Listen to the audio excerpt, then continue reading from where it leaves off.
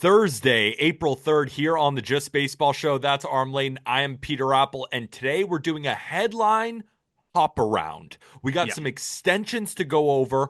We're going to talk about how much the Braves have sucked and how great the Padres have been. Lance Lynn retired. Esteury Ruiz is now a Los Angeles Dodger. We have a lot to talk about, and it is all brought to you by the sportsbook Born in Vegas. Remember, folks, use promo code JustBaseball on BetMGM for that first bet offer up to $1,500 back in bonus bets if your first wager loses. So all you got to do, download BetMGM, use promo code JustBaseball in all caps, place your first wager, and if it loses, you'll get it all back in bonus up to $1,500. But remember, gambling problem? Call or text 1-800-GAMBLER. Must be 21 years or older.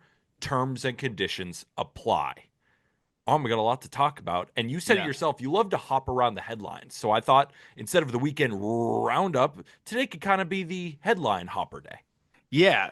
I don't know if that one's going to stick as well. Yeah, maybe not. But it's a decent shot. I know you didn't even think about it until you hit record. So I'll give you props on just pulling that like out of your ass. But we'll probably figure out a better sticking name than that because the roundup just that one landed. But no, I love doing the headlines because one, there's just so many different things that we can talk about, especially early in the season. And two, like by the time you texted me this morning, just kind of trying to game plan thoughts and ideas for this episode, I think we gained 5 more headlines in the period between then and now. So it ended up taking care of itself and a lot of fun stuff too. Always love to see young players get paid. So that's always fun to talk about.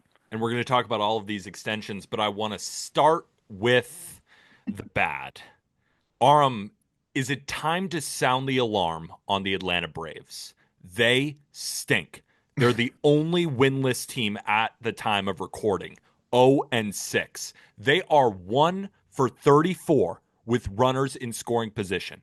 They have as many hits with runners in scoring position as they do PED suspensions. And that player who got suspended for PEDs, Jurickson Profar, was their only major move this offseason. Over the last 40 innings, they have scored 1 run. And they just lost one of their best pitchers in Reynaldo Lopez, who's going to undergo he's going to undergo surgery to determine if there's any structural damage to his throwing shoulder. He's coming off a 1.99 ERA. So they lose him. The offense can't hit. And I can't pronounce arthroscopic. Arthroscopic. That is not an easy one, though. I've had it too many times, so now I've just heard it a million times. But arthroscopic surgery, they're going to like go in there.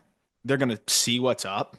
And a lot of times it ends up being worse than you think. Once, like, if you already decided to go in there, like, you don't know the severity of the damage with the shoulder until you like fully go in there. So I think that's what they're going to be doing. I hope that they go in there and they say, oh, it's not nearly as bad. But regardless, once you cut open that shoulder, even if it's just arthroscopic, which means it's just like the poke, they poke the holes kind of around the shoulder and go in that way, it's still going to be a while. So one way or another, you're losing him for months here. And I think there's a very real scenario where you're losing Lopez for the season. So it's like if they had just started 0-6, but they had all hands on deck, I don't think we'd be as worried because they're the Atlanta Braves. And I mean, you've said it, like, this is easily on paper the second best team in Major League Baseball. So how bad they've been right now is pretty shocking, and I don't expect that to continue. Of course, I don't think we're going to flip our perception on this team after 6 games. But when you have the worst start imaginable through 2% of the season or whatever, 1.5%, whatever it may be, and then you lose your biggest addition this offseason and a key spot, like we were talking about before, without Acuna, the corner outfield looks rough. And then now you potentially lose the guy who was, I understand Schwellenbach's a better arm, but in terms of production last year, the guy who was your second best arm, it's tough sledding right now. And I don't know if you're fully sounding the alarms because Sean Murphy's going to be back soon. You've got Ronald Acuna at least on his way back. But I don't know, man. In Strider, of course, coming too.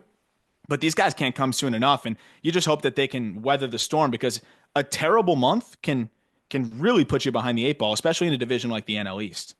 So I posed the question, and my explanation was very dramatic, and rightfully so. I mean, 1 for 34 with runners in scoring position is horrible. Scoring 1 run in the last 40 innings is horrible. But there's no way I can sound the alarm after 6 games. I mean, Michael Harris is not going to have a 391 OPS for the rest of the year and be a negative win player. Austin Riley is not going to put up a 439 OPS, right? Ozzy Albies is not going to put up a 481 OPS. You've talked about Drake Baldwin getting BABIP'd to Oh, death. like I've never seen before. By the way, WOBA 113, ex WOBA 390.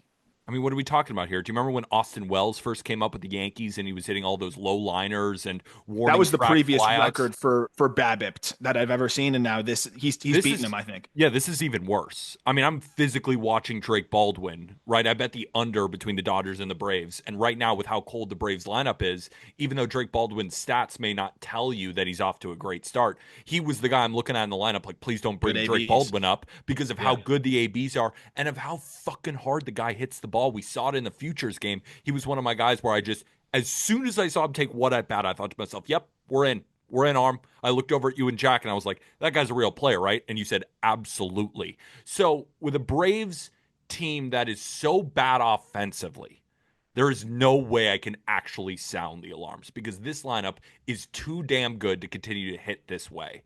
They're healthy. They're off to a slow start. It looks terrible. Atlanta wants to burn down Truist Field already. I understand. But let's take a little bit of a chill pill here. And remember, it's only 6 games. Maybe they need some torpedo bats. Maybe. Yeah, they might try him. I think they might need to try him. But I mean, it's crazy. It's just Marcell Ozuna once again, like the only guy swinging it really. Yeah, of Like course. Olson's put together some good ABs.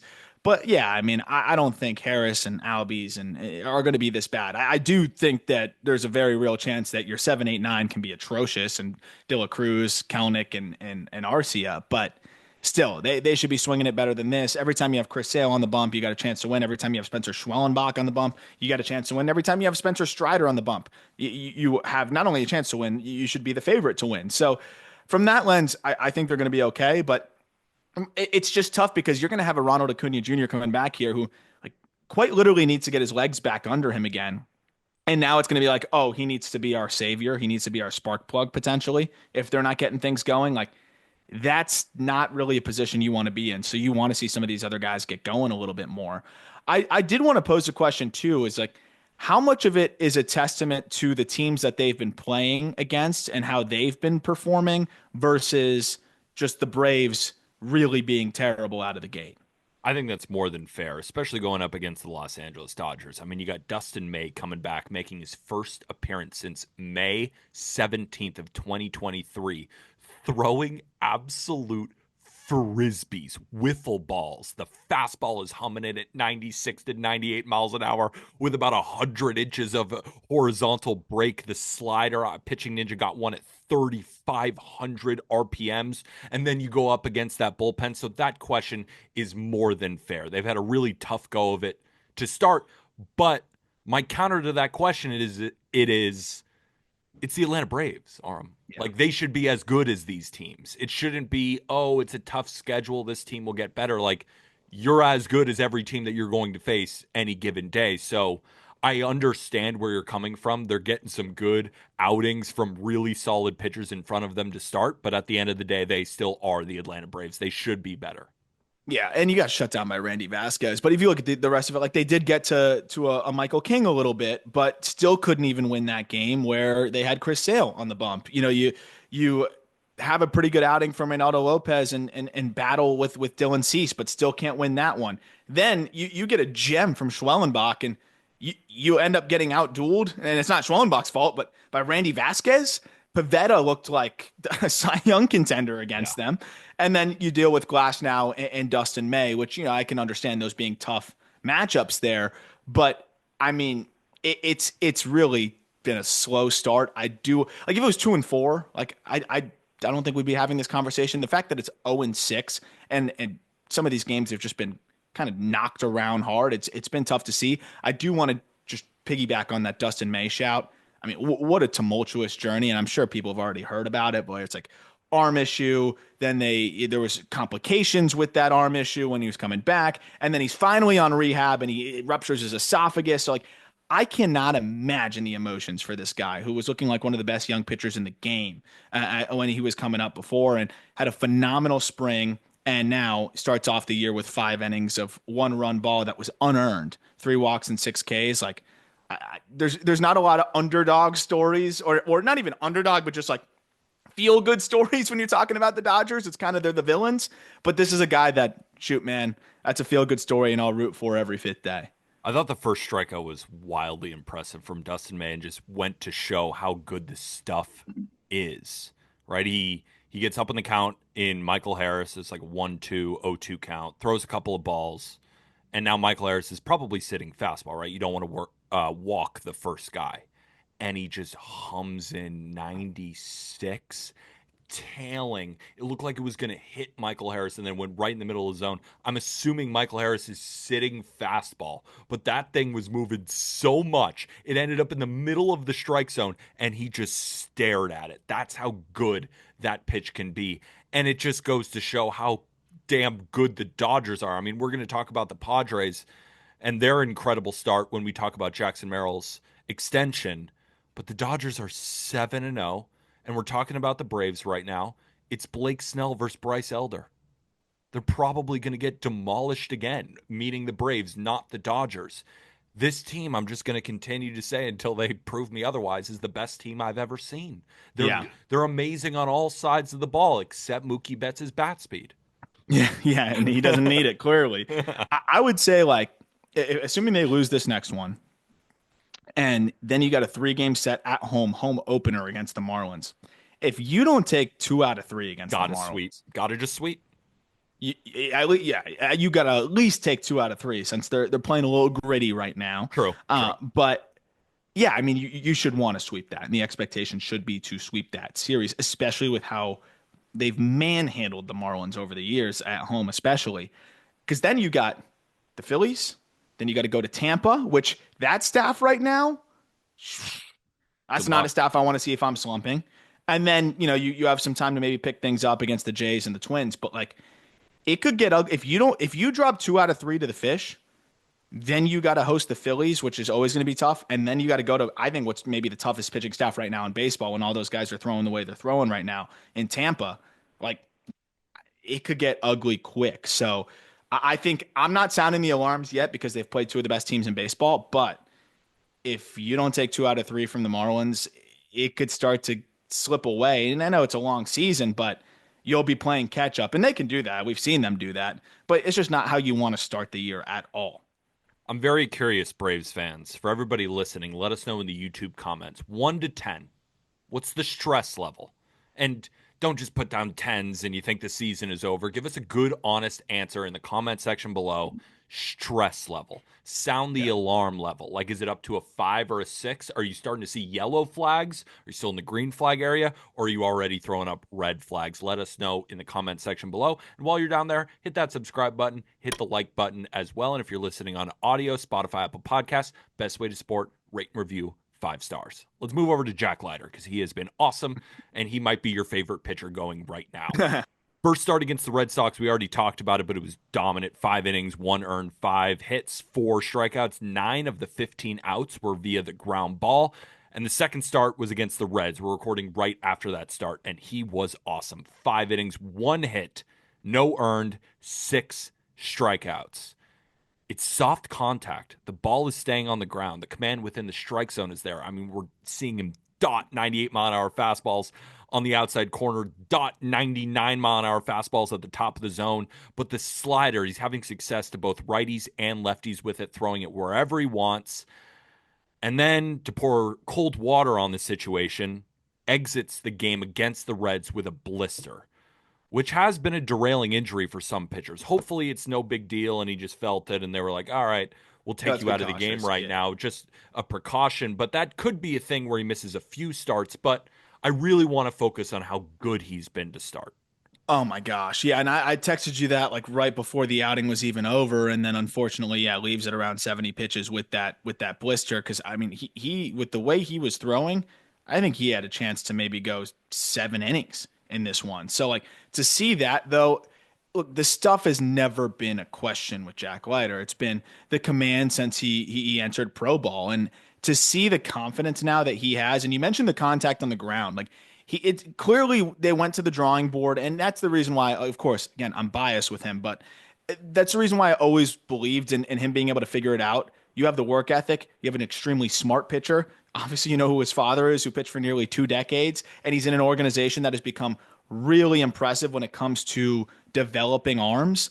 I felt like there's no way this doesn't work out. That equation doesn't all come together to work out. It was a little bit too fastball slider heavy last year, but now being able to mix in that sinker to get ground balls, way more confidence with the changeup. He's got the curveball that's more distinct from the slider now as well. Like he's coming at you with 4 pitches, but on top of that, that fastball, he's establishing it with confidence now where he's going east west. He's freezing you. He's going up and speeding you up at times too. He's getting more extension than he was before. Like that heater's getting on you quick, and then it sets up everything else.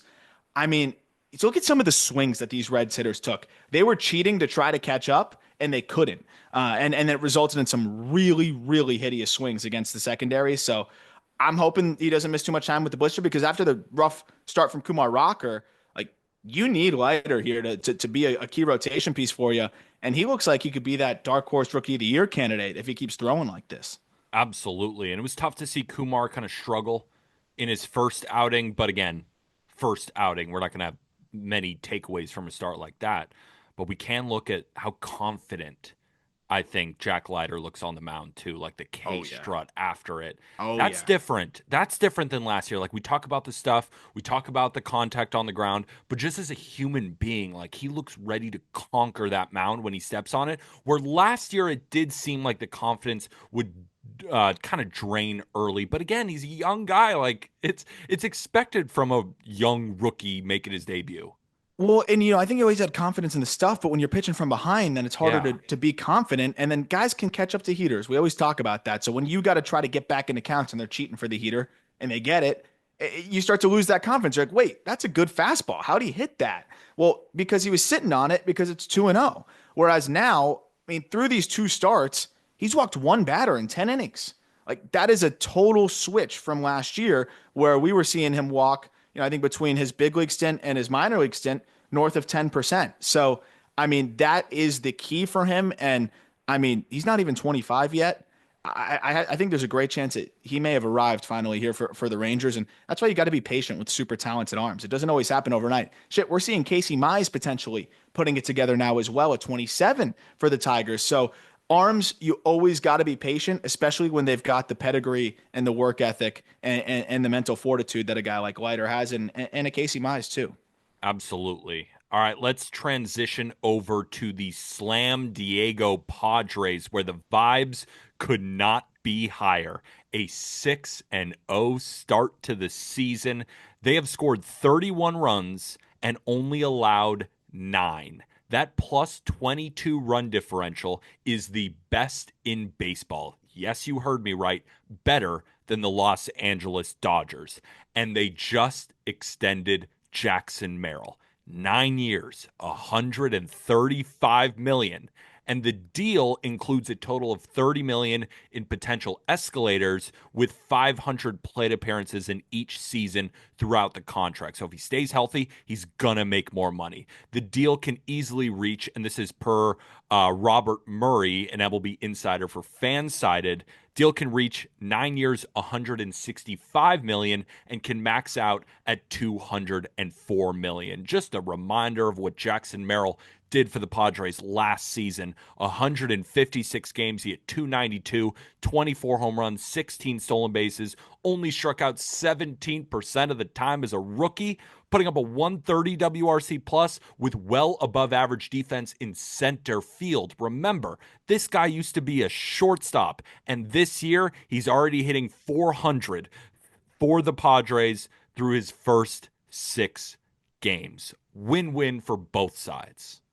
And I mean, this is a guy that at his age already, like becoming a leader on this team, he could end up, and he won't, but he could end up tapering off and being just a 3-win player, 4-win player. And I still would say this is a great deal because he is, I think, a huge focal point of not only just this team in itself, but how about just the city, the fan base, like what he does for this ball club, how much he engages with San Diego. Like this is your face of the franchise type of player. And I know Tatis is that as well. And it's kind of this cool co-face situation that they have here that I think can absolutely work, especially with the way that they play off of each other. And I know it's always like, oh, you want that one central face. Like, who said? Like, I don't think that's necessary at all. And you have now these two faces together that are going to presumably be there for the next decade. And amidst all the uncertainty in San Diego, with ownership, with financials in general,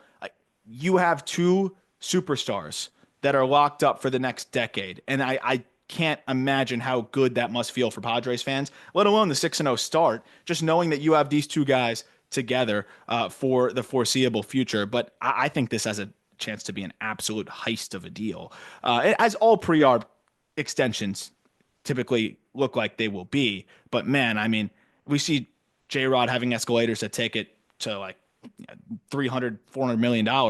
Like the escalators that he will hit. I imagine Merrill's going to hit every escalator. Don't even take it to that ridiculous of a deal. So great spot for San Diego. Merrill still gets generational wealth.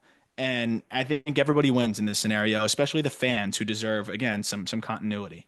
So you mentioned the pre-arb deal, and we're going to discuss Garrett Crochet. We're going to discuss Kristian Campbell, and of course, we're already talking about Jackson Merrill. Can you explain that just a little bit more? I know we've talked about it on the show plenty of times, but for any new listeners who want to know about the Jackson Merrill Yeah. contract, they might be thinking to themselves, I mean, doesn't this guy deserve $300 million? Yeah. Don't some of these young guys deserve way more? Why are the contracts cheap? I see a lot of comments on social media. Just if you Mhm. could clear up the pre-arb process and why these deals are not as gaudy as some on the open market.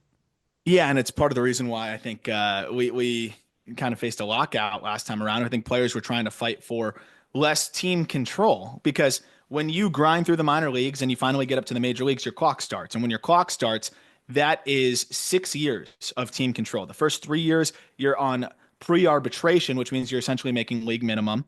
And then you have 3 years of arbitration, which you file at a number, the team files at a number, and it's always going to be well below market value. ARB1 is going to be the lowest. ARB2, it'll scale up from there. And then ARB3, it'll scale up from there. So you imagine the team has all the leverage in the world where Jackson Merrill entering this year was only in his second year of the 6 years of team control. So he'd be making the league minimum this year. Of course, he'd get a big chunk of that bonus pool that they created, which was great. And that was a big part of the discussions was I think it was $50 million, right? $50 million bonus pool that gets shelled out to all of the highest war earners of pre-arbitration players. So at least that they could make a few $1,000,000 extra, but still like you're making way less than you potentially could. And you want to solidify and guarantee yourself money. So for a guy like Merrill, who's going to be making the league minimum again this year, he has an opportunity to guarantee himself generational wealth. For the Padres, they could just hold on to him, not extend him for 4 or 5 more years and just pay him the minimum, but then they're going to presumably lose him in free agency. So you got to pick the perfect time to do this where the player looks at it and says, man, I got to wait 5 years before I can get paid what I deserve. And the team looks at it and says, well, I would love to have him at the minimum, but I don't want to wait and get to a point where he's too expensive and we can't extend him because he's just going to be willing to roll the dice and wait until free agency. So you find this sweet spot in the middle where the team gets, a bargain, but for the player, they still are able to guarantee themselves enough money now to make it all work. And you find a middle ground there. So for the Padres, they don't have to worry about Jackson Merrill hitting free agency now until 2035, and they're paying him below market value until then. But for Merrill, he guarantees himself 135 million with escalators that can bring it above that.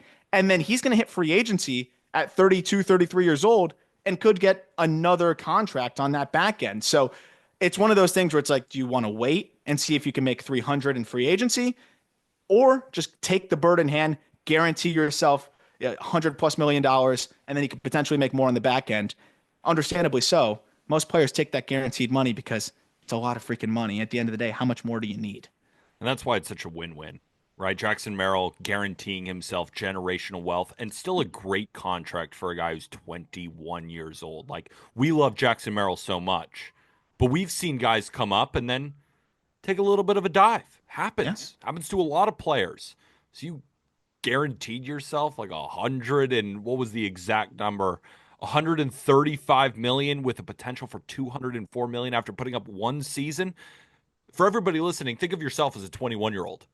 What would you do in that situation? Yeah, Might take the money.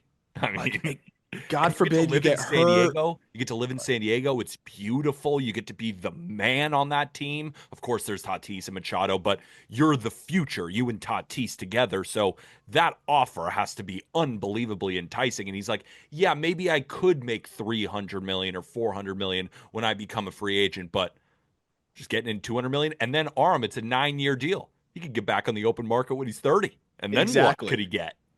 And also you get the $10 million signing bonus, which Yeah, like just go get 10 buy million yourself a bucks. house. Yeah. Like you can now start really living that lavish life.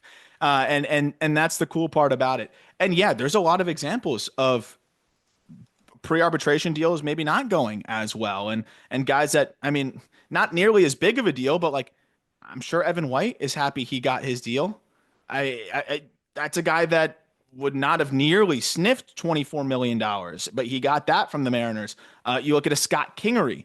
He took that deal immediately, and I think what was that amount for? I think even more. His may have been closer to no, it was also $24 million. Like he's got to be thrilled that he has that. He now can live on that for the rest of his life, and his kids can too. So it goes both ways. Generally, with the superstars, it ends up going in your favor. And I think the one that was almost too skewed towards the team was the Ronald Acuna deal. But Yeah. then now look like he's been hurt for multiple years here, and still worth it, of course. And he'd probably still get more than that on the open market. But if he tears his ACL again, God forbid, like I don't know if he's getting $100+ million on the open market. Team would probably want to be a little bit more careful. So you never know what can happen. And I always go back to thinking of like Jose Fernandez as well, which is super tragic. And I don't even mean to get heavy there, but like his family didn't have much to show for it at all. So only reason I'm talking about that is like I saw a lot of people with Kristian Campbell, which we're going to get to, and say like, oh, who's his agent? Like fire that guy, blah, blah, blah. Kristian Campbell was a 4th round pick who like had difficult circumstances, family moved, all these different things to make it work. And like he has a chance to just secure money now.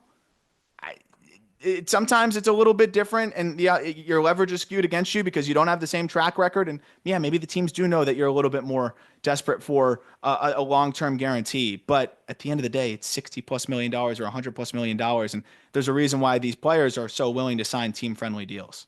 So I know we spent a lot of time on Jackson Merrill, but I want to continue to glaze the Padres real second because they fucking deserve it. They have been Yeah. awesome. I want to talk about this lineup because Fernando Tatis Jr. is putting up a 202 WRC plus. Remember, 100 is league average. He has been the superstar that we know he can be. Manny Machado has been destroying baseballs.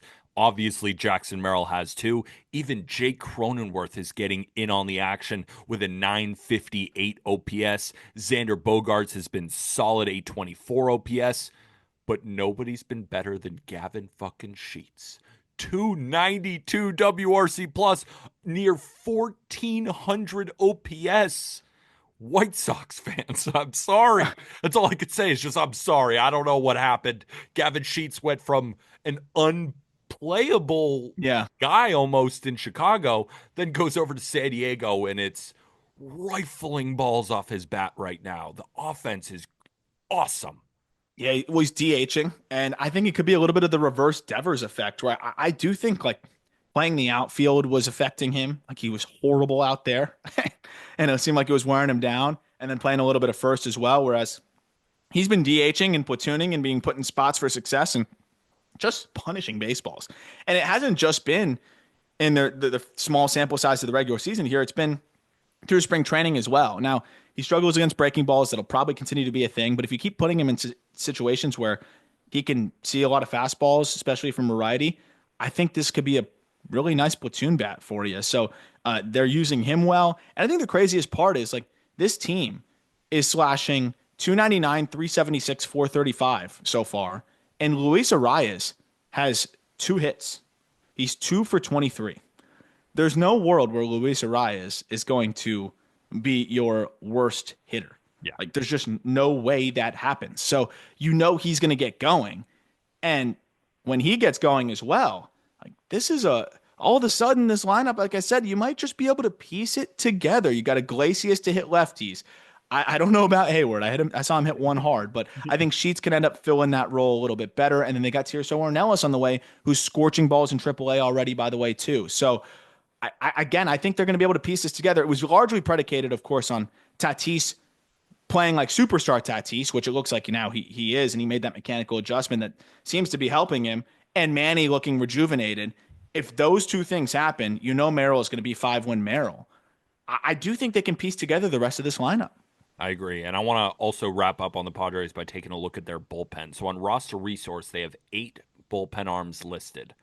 Only one of them has allowed a run, and that is Alec Jacob. Robert Suarez, 2 innings, 2 saves. Jason Adam has come in, 4 1/3, nothing. Jeremiah Estrada, 4 1/3, nothing. Adrian Morejon, 3 2/3, nothing. Yuki Matsui, 3 1/3, nothing. This bullpen, there is no rest. There is no rest back there. So if the top of the lineup can continue to be prolific, if the bullpen can continue to lock down games, and when you have Dylan Cease and Michael King, and even if Nick Pivetta can be a really solid pitcher, yeah, the bottom guys in the Padres lineup probably won't be very good. The 5 starter, maybe the 4 starter, may not be very good, but nobody's out here sleeping on Kyle Hart. How about that guy coming over from the KBO? Just eat innings. Eric Fetty won the MVP over there, right? He was having a really tough career in Major League Baseball. Goes over to the KBO, unlocks everything, looks like a much better pitcher, comes back over, and then is solid. Kyle Hart, similar type story. Didn't pitch in Major League Baseball for a while. His last appearance was 2020. Goes over to the KBO, 187 strikeouts and 150-ish innings. ERA in the 2.7, wins the Cy Young equivalent in the KBO, then comes over against his solid Guardians offense, 2 runs, 5 innings, 4 Ks, and looked pretty damn good. Kind of looked like Matthew Boyd a little bit. A little bit of that high vert fastball with a really good slider and a good changeup. Like, that's a real pitcher here. These guys just have to be okay for the Padres to be one of the best teams in baseball. Yeah, because the bullpen, like you said, is going to take over. Opponents so far this year against the Padres, super early, but 152, 246, 255 slash line. That's a 502 OPS. Yes, the Braves have done their part in that, but I think you got to give credit to what I think could be the best bullpen in baseball with the way that they can utilize some of these guys as well. Here's the thing, too. Last thing on the Padres. If they are hot, the system is not good. It's actually barren at this point. But I don't think Preller gives a shit, and we know that. Yeah. And the Padres, like, I heard some rumblings that they were floating. They were a little bit more willing to float an Ethan Salas at points last year. If maybe they're willing to do it, would have to be the right package and everything. But even without that, like, they could make a smaller size deal. Shit, what if they go and make a deal with the Marlins for Jesus Sanchez? We're not talking about an impact. They don't need him to be a superstar, but that's a guy that you can count on to be 100 WRC plus and crush righties when he's hot. At the back of your lineup there, great. That's an upgrade from Jason Hayward or whatever, or maybe Sheets if he slows down. Like, they can make those kind of trades too, and I'm not going to doubt AJ Preller's ability to do that. And they have enough pieces in there because of the way that they draft and develop, even from this past draft. Like, if he wants to go turn around and trade Cash Mayfield, plenty of teams will be happy to take him. Of course, you got Salas, you've got other guys. So I wouldn't be shocked if they're hot out of the gate. Like, they made that early move for Arias last year. Maybe they do it again to try to separate themselves as much as they can early. Absolutely. So the Padres are spending money on Jackson Merrill and winning every single day. We're going to talk about the Garrett Crochet extension, the Kristian Campbell extension. We'll talk about Asturi Ruiz getting picked up by the Dodgers, and we'll end it with Lance Lynn retiring. But before that, quick break. John Henry, thank you for opening up the checkbook. We're going to talk about 2 different extensions, and I want to start with Garrett Crochet before we get into Kristian Campbell, which is the most recent. Garrett Crochet, 6 years, $170 million extension. Technically a 5-year, $140 million extension, with 2031 providing an opt-out of about $30 million. But for every year over the next 5 years, he's going to make about $28 million a year. Now, it is risky, right? He's only made 33 starts in his entire career. Put up a 3.58 ERA and 148 innings with Chicago, but a big reason why he's been a lot of our Cy Young picks in the American League this year is the stuff is outrageous. He led Major League Baseball starters in strikeout per nine among all starters with at least 130 innings. Even though he threw 148, I wanted to include 130 because it was that much better than a guy like Paul Skeens. We talked about it before the season started. We said they got to get this done now because of what season we think he can do, and how if they wait towards the end of the season or even at the All-Star break, that $170 million figure may be a lot closer to 200, maybe even higher than that. And if they wait towards the end of the season, it could be way higher. So it is a little bit risky. And it's not like he came out firing right in his first start. He was okay, but I think a lot of us Garrett Crochet truthers expected a little bit more, especially with the strikeouts. But still, again, I would have made this deal if I were the Red Sox. And again, I would have accepted the money if I were Garrett Crochet. Yeah. And Crochet had less leverage too because he's further or excuse me, the team had less leverage because Crochet is further along in his rookie contract, but at the same time, he loses some of that leverage by the fact that he has not been a starting pitcher that long. So I don't think a ton of teams are that eager to give this long-term deal. So that's why it's a really unique contract here where he's getting paid, but there's also these stipulations where he does have a player opt out, but also there's a conditional club option for 2032 at 15 million if he misses 120 days due to a significant arm injury, which is kind of interesting because like he's you'd imagine that most pitchers over the course of 8 years are going to undergo some sort of issue, but Crochet got the Tommy John out of the way, so he's also just kind of betting on himself. But on top of that, he's guaranteed now all of this money through 2030. And then if he's pitching his ass off, he can just opt right out in 2031. He'll be 31, 32 years old and just go get another big deal on the open market. So it's a win for both sides because you have a chance here to get one of the best pitchers in Major League Baseball at $24.8 million next year, $28 million for each of the 4 years after that. Like, look at what some of the top arms are making right now. That's an absolute bargain if he's throwing the way that he can. There is the risk where, yeah, you're paying this guy a lot of money if it doesn't fully work out and he's hurt again. But I like this roll of the dice because it's not like it's a 10-year deal. Like you're going to be able to get out of it if it is somewhat of a disaster if you're the Red Sox. And for a guy already with one Tommy John under his belt and not a lot of innings just yet, I think it's great for Crochet to guarantee himself that money as well. How much do you like this extension? Because Jackson Merrill is your guy.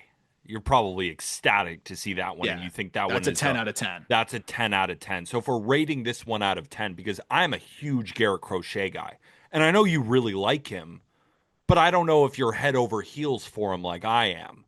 So for someone who's head over heels, I'm like, this feels like a 10 out of 10 contract, maybe 9 out of 10, just because it's a pitcher and these guys get injured more often than hitters do. And unfortunately to say, that's just the reality of the sport that we live in. But I'm curious, are you 9 out of 10 on this or maybe a little bit lower? I know you like it, but No, curious. I think it's a shot you got to take, Yeah. especially with them not having, it didn't go great with Sale. You can't let that spook you from ever doing it again. And you need to lock up that frontline guy for you. I love it. You're the Boston freaking Red Sox. You Yeah. take these shots.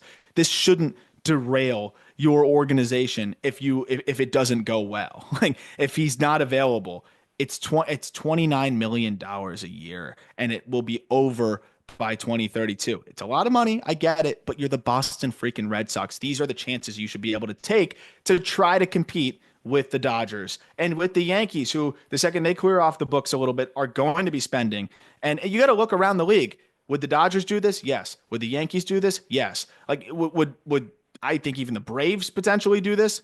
Probably. This might be a little rich for them. They like to usually leverage a little bit earlier, but a lot of the best teams and best organizations in baseball would do this and not really think twice about it. And if you want to be one of those, which the Red Sox have always been and kind of got away from over the last few years and now look like they're getting back to, you got to do this and take these chances. Absolutely. Speaking about more chances, this one's a little bit riskier. Kristian Campbell signed an 8-year, $60 million extension, but per Chris Cotillo of MassLive.com, the deal can be worth about 10 years, $96 million if the options are picked up with escalators that can max it out at a higher value. In 5 games so far, Aram, he's hitting 375 with a home run, showcasing plenty of speed and power. 3 of his 6 hits so far for extra bases. That's 2 doubles and a home run. But when he signed this deal, it did kind of remind me of Ceddanne Rafaela's 8-year, $50 million extension. A guy with a lot of talent, but hasn't quite put it together. But Kristian Campbell's numbers throughout the minors are just so incredible. And then he hits the ground running. The Red Sox are thinking to themselves, yeah, let's give this guy some money now. Let's lock down our second baseman of the future. But where are you at on this one? Because I know on your prospect list, you're a little bit lower than the Yeah. market on Kristian Campbell, but he's still 36 in your prospect ranking. Yeah, You're not exactly. sending him out of here. He's just not in the top 15 like in others, but he's still a top 50 prospect, top 40 prospect easy. What was your read when you saw this come across the ticker? I wanted to see the details, and like upon seeing the details, I like it. Like, I think Rafaela was a lot riskier, and that one I talked myself into it a little bit more because you're like, oh well, you have the defensive value and everything like that at least, where he's a superb defender in center field. But when you look at the state of the organization and kind of where they were at, not really a guy that you needed to lock up. Whereas you look at the infield and their situation there, yes, you have Marcelo Meyer on the way, but I don't know. I think you could have very much looked at their organizational depth and everything and said, hey, this is a guy that you can maybe make sure you have just for the foreseeable future because you're going to want to spend on bigger guys here or there. You're going to want to try to extend some other guys or continue to compete in free agency and not have to worry about filling other positions for the next 7, 8 years. It's not like he's going to be making a ridiculous amount of money. And for Kristian Campbell, again, he's had a crazy path and did not make nearly as much money in signing bonuses as a lot of other top prospects did before. So to get this money up front, $2 million signing bonus to guarantee himself 1.25 this year, which instead of would have been the league minimum.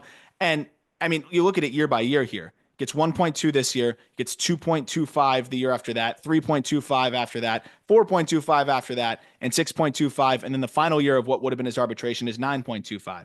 If you think about how that would have been modeled out if he was just a slightly above average hitter at the major league level while providing some speed and versatility, he probably would have been making near that in arbitration anyways. So you're paying a little bit more than he would have been making in arbitration and a little bit more than the pre-arb number of what would be just the league minimum to then get 2 years of control after that at 13 million and 16 million and potentially 4 years of control if he is the star player that you think he can be at 19 and 21. So I think it's a safe bet because I do think that there's a good chance that he's at least a 780 OPS guy, 800 OPS guy, really hits the ball hard and gets hot through stretches. Maybe he has some cold streaks or whatever, but if he's stealing 20 bags and he's playing solid defense at second or at least passable, I don't see how this comes back to bite you. And there is the world where he makes this all work.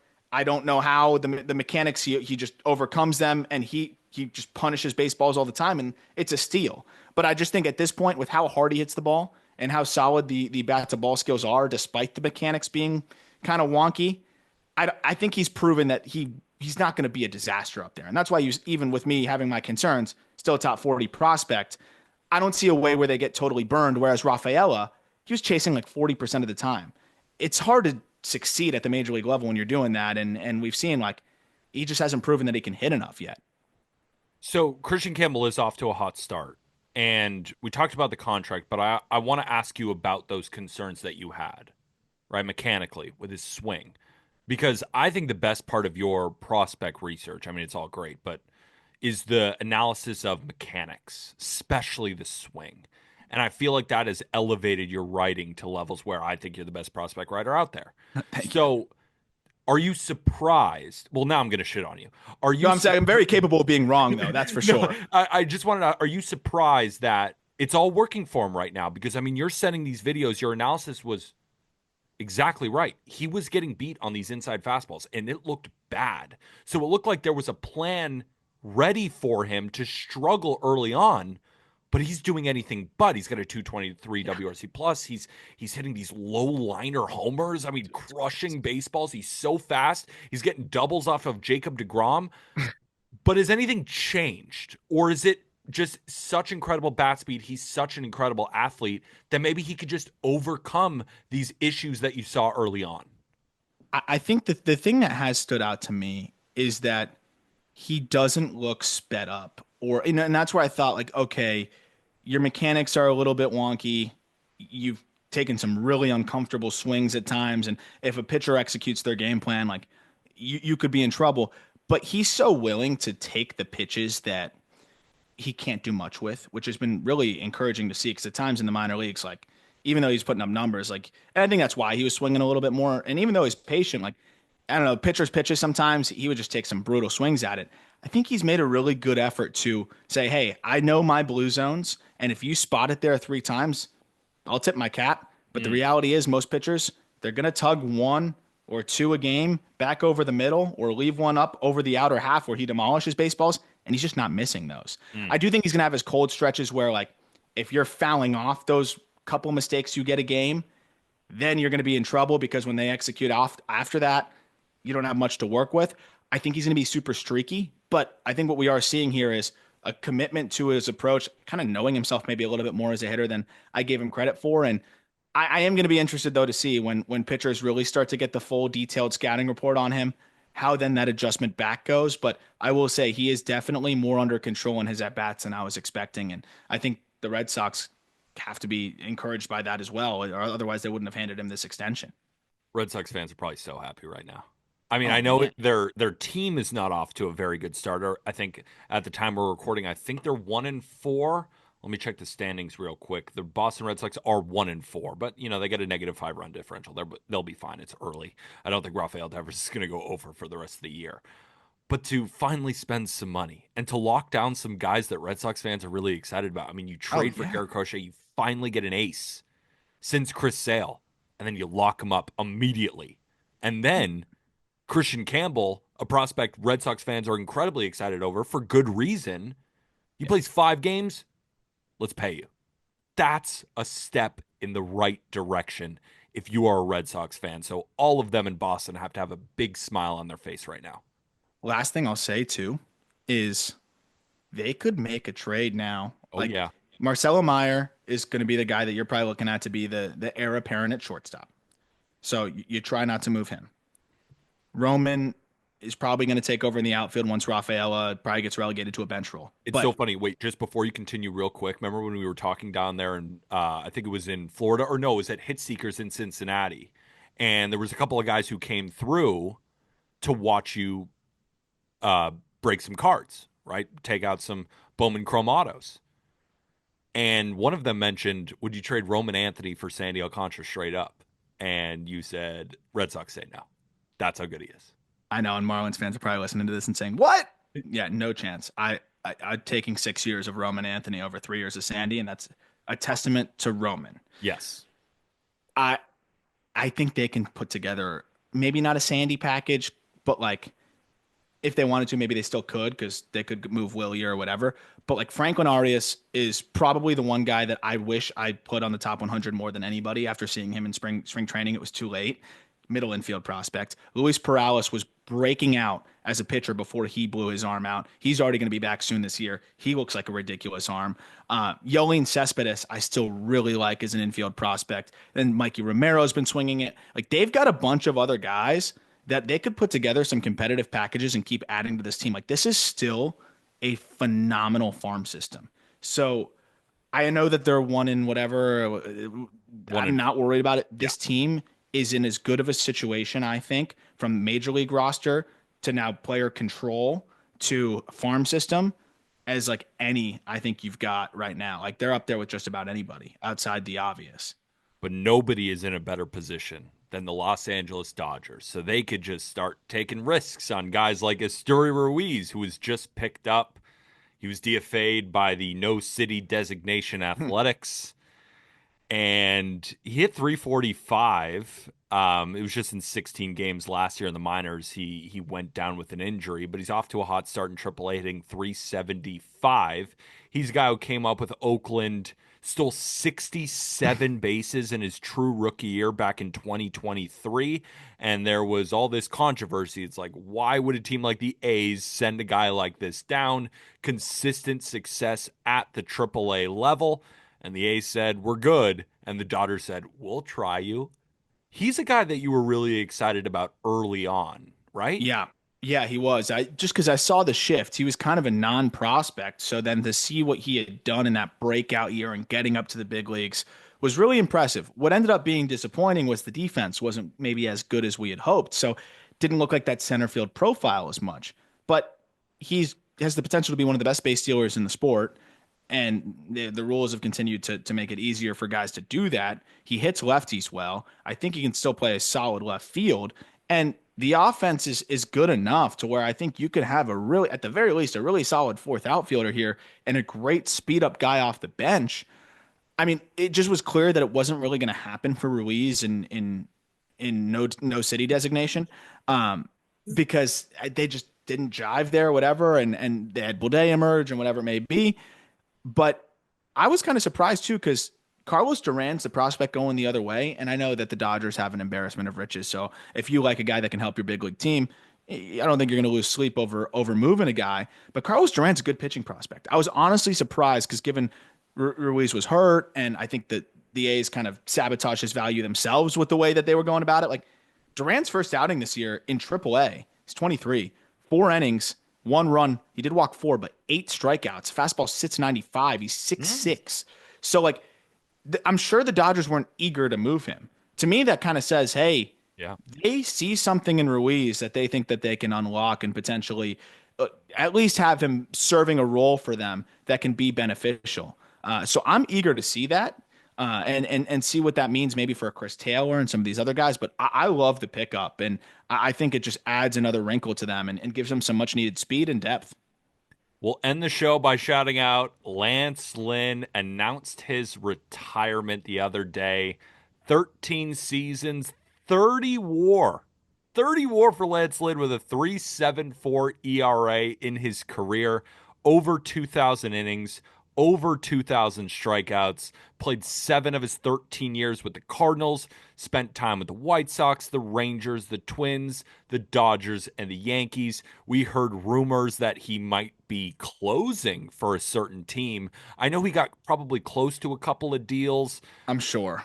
but Lynn just decided to hang him up. And he's a guy that I don't think has a single hater among fans. Like, how could you Yeah, I not like a wonder. guy I'm like sure we Lance can Lynn? find one. I'm sure the one will Yeah, pop out in the comments. it's the internet. Like, someone didn't vote for Ichiro in the Hall of Fame. There's always Yeah, somebody, like, but a relatively yeah, no. universal loved guy. We love the struts later on his career. I mean, the dude looked enormous, but he didn't care, still shoving fastballs. The joke about how Lance Lynn would take the mound and just throw 92-mile-an-hour four-seam sinkers, cutters, and just dare you to hit it. Lance Lynn will definitely be missed.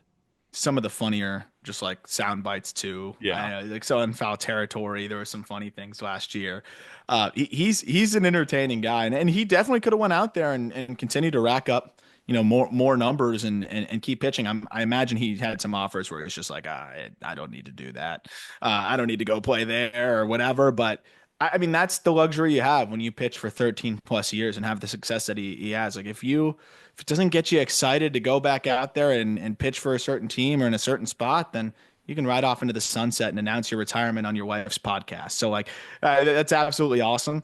And I mean, people forget like yes, he's been like an innings eater and a steady arm, but fifth in Cy Young voting in 2019, sixth in 2020. He led in innings that year for what that's worth with 84. And then 2021 at 34 years old, he was third in Cy Young voting. Wow. That's kind of crazy. Like he had some I think impressive stretches there, and yeah, a really nice career, 2-time All-Star. Just I'm excited to see if he starts to get on air more a little bit, or if they bring him on some broadcast or whatever, because he's always good for a funny soundbite. But yeah, wishing him a speedy for I mean, a nice retirement, speedy retirement. Yeah, hurry up. No, wishing him a happy retirement, and I mean, congrats on a phenomenal career. Here's my one worry though, and is you said it at the end, hopefully get him on some broadcasts. I feel like he's a guy who once he retires, he completely disappears. It just lives a He happy might. life by himself. Like a guy like Aaron Rodgers in the NFL, he says, Oh, you'll never hear from me once I retire. That The is most such cap. such The bullshit. most. That is the most cap. Of course we're going to hear from you. Lance Lynn, of course, didn't come out and say that, but I am worried that we're never going to hear any more Lance Lynn sound bites, and that's the saddest part of it. I hope I'm wrong. I hope he's everywhere because he's great for the game, and I want to hear him talk shit. Like, I think he could be like a, not quite, but almost our version of Charles Barkley in a way, where he's just going on big time broadcasts and shitting on people. Like, I would love to see him on a broadcast. Yeah, what was it like? My fastball sucked or whatever when he Yeah. got teed off on. Like it's just it's always good stuff. But yeah, that would be fun. 2,000 innings is not easy to get to. Absolutely. And that'll do it for this episode of the Just Baseball Show. We will be back on Friday. Just another reminder for scheduling purposes. Jack has a big time job, folks. Radio guy for the Marlins, so we're trying to schedule as many episodes as humanly possible, but we agreed on 4 episodes a week guaranteed, and Wednesday will be a flex day. So this Wednesday, right, we're recording on Wednesday, April 2nd, we didn't have an episode because we didn't have an interview, but maybe next week we will. So you're guaranteed Monday, Tuesday, Thursday, Friday, and potentially some Wednesday episodes. And if you have been enjoying, again, the best way to support, rate and review on Spotify, Apple Podcasts, subscribe, comment, like on YouTube. And if you are interested in joining our Discord, we are off to an awesome start. I'm 8-2 on our picks. Jack just yesterday was doing a live Q&A. Aram and I the day before that were doing a live Q&A, but we got Aram breaking boxes in there. Talk to them Yeah. about the next box break that you're doing. Yeah, we're doing a Bowman draft break right tonight as we're recording this. I'm really excited about that. So I basically whatever cost I can get the boxes for, I'm doing the breaks in there for the cost. So it's you're not gonna have like that upcharge. It's gonna be cheaper than really anywhere else you're gonna buy into breaks because not looking to profit on it, trying to just make the Discord a more valuable experience there.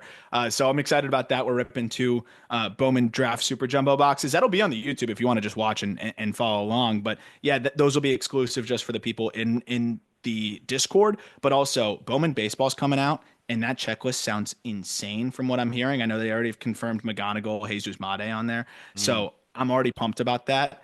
I'm going to be trying to get as much of that product as possible, and we'll be doing more breaks in there too. So that's a fun wrinkle. Doing bonus prospect content in there as well. I did already a recap on Monday of all of the best performers in AAA to start the year and stuff like that as well. So a lot of bonus content, a lot of fun conversation, and would love to have you in there. So if you're interested, the link is in the episode description, and it is just $10 per month. For Arm Layton, I'm Peter Apple. We will see you on Friday. And with that, thank you, everybody.